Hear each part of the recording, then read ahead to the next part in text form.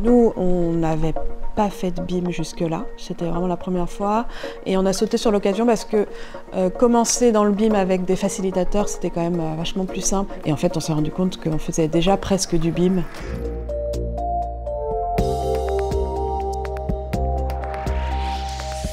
On n'avait jamais passé le pas et vraiment, pour moi, dans mon esprit, c'était une usine à gaz. Finalement, il fallait juste en fait faire une maquette propre. Il y a eu un gros travail de renommage de tous les éléments, ce qu'on ne faisait pas forcément avant. Mais ce qui nous a permis de faire des nomenclatures beaucoup plus simples qu'avant, parce qu'avant on les faisait à la main. Voilà. En 3 clics, c'est fait. Et il n'y a pas d'erreur du coup. On a le quantitatif tout de suite, c'est quand même plus simple.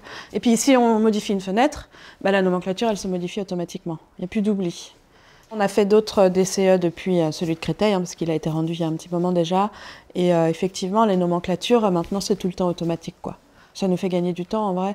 Et puis, vraiment, pour la vérification, c'est plus simple.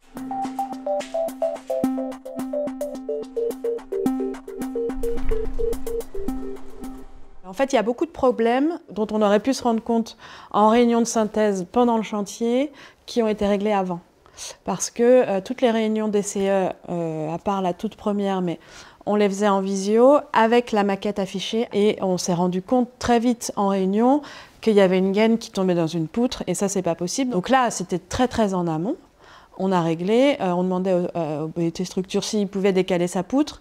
Lui, il nous demandait avant si on pouvait décaler notre gaine. Et en fait, les clashs, c'est ce qu'on appelle des clashs sur les logiciels BIM, bah, ils sont repérés hyper vite, hyper facilement. Sur le chantier, les synthèses étaient faites tellement en amont qu'il n'y a pas eu de problème et ça s'est monté assez rapidement.